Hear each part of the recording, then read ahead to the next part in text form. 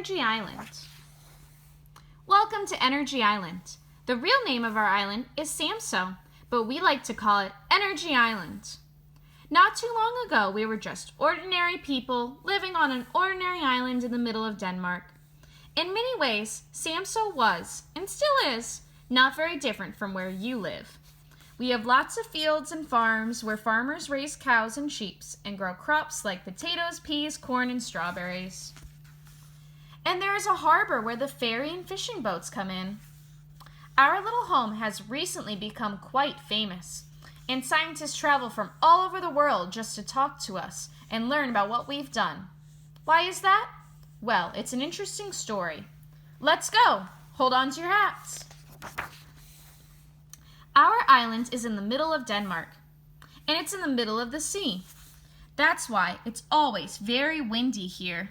Oops.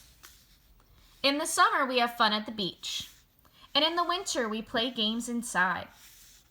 We have villages and schools. Kids play soccer, and grown-ups go to the grocery store. It's very ordinary here, apart from the wind. The way we used to use energy was very ordinary, too. On dark winter nights, we switched on lots of lights and turned up our heaters to keep warm. We used hot water without even thinking. Our oil arrived by tanker ship and truck, and we used it to fill up our cars and our heating systems. Our electricity came from the mainland by cable under the sea. A few years ago, most of us didn't think much about where our energy came from or how it was made. That was before our island won a very unusual competition.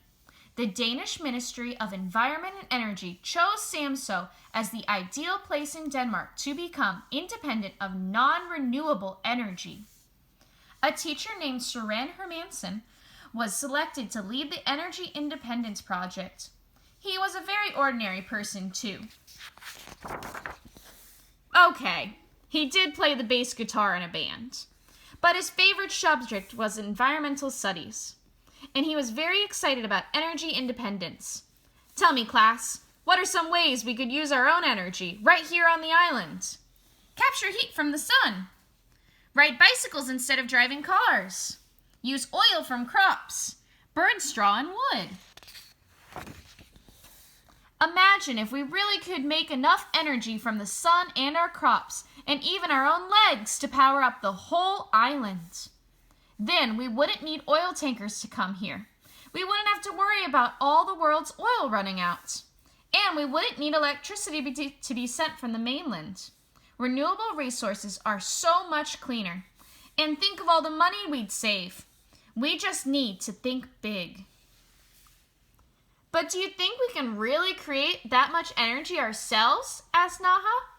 Just from the sun, our crops, and our legs? Well, you know, said Catherine, if there's one thing our island has plenty of, it's wind. Maybe we should start with wind energy.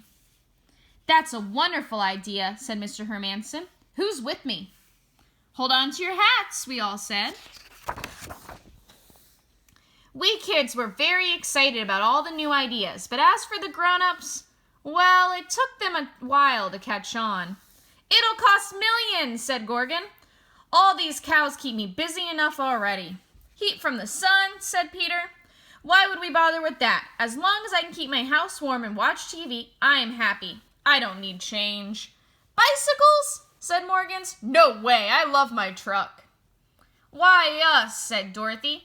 Let some other island take on the challenge. Renewable energy, said Jens. I'm too old for all that.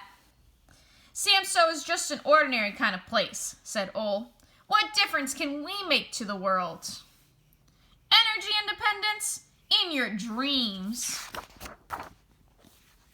But Soren would not give up. He called lots of energy meetings, and there's energy all around us, he told the islanders. We just need to work together and think big to make the best use of it. Teach the children to do it. What if I build a small wind turbine for my family? We're just a little island. How can we make a difference? Brian, don't talk about small. You've got to think big.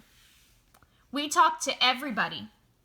The soccer team, the farmers at the market, all of the teachers, the harbor master, the police, the lighthouse keeper, and the dentist. This went on for several years. People listened, and lots of them even agreed with what Suren was trying to say. But nothing happened. Was anyone willing to make a change?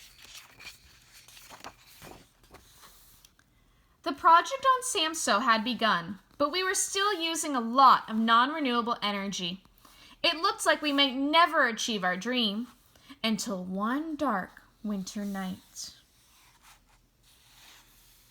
Sleet and snow blasted across the island. Suddenly, all the electricity on the entire island went out.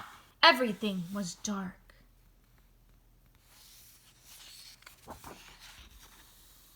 Everything, that is, except Brian's house. "Free electricity!" shouted Mr. Kager. "My turbine works. Tonight, I'm energy independent." Sure enough, the blades on Miss Kager's new turbine were whooshing and whirring in the wind. "Hold on to your hats!" cried Soren.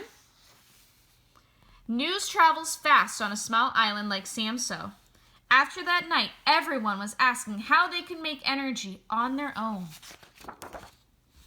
Suddenly, Suren was busier than ever, helping people start new energy projects. The whole island got to work. Some people had big ideas. Some people had small ones. But all of them were important, working towards our goal. Let's see if Jorgen will take us up the ladder to the top of his fantastic wind turbine, so we can see what Samso looks like today.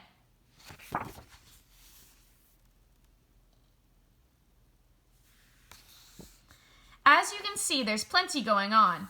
Now we have lots of wind turbines.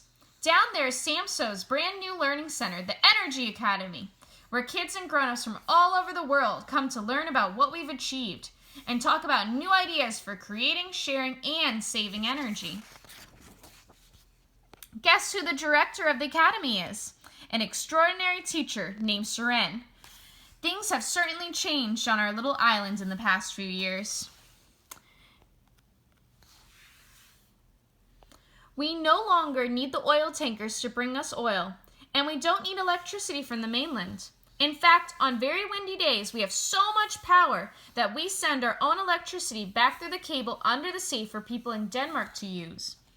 Samso may be a small island, but we have made a difference in the world, reducing our carbon emissions by 140% in just 10 years.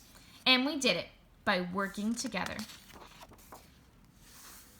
So that's how we got the name Energy Island. And what can you do to make a difference on your island? What's that, you say? You don't live on an island? Well, maybe you think you don't live on an island, but actually you do. We all do. We are all islanders on the biggest island of them all, planet Earth. So it's up to you to figure out how to save it. There's renewable energy all around us. We just need to work together to make the best use of it. Hold on to your hats. The end.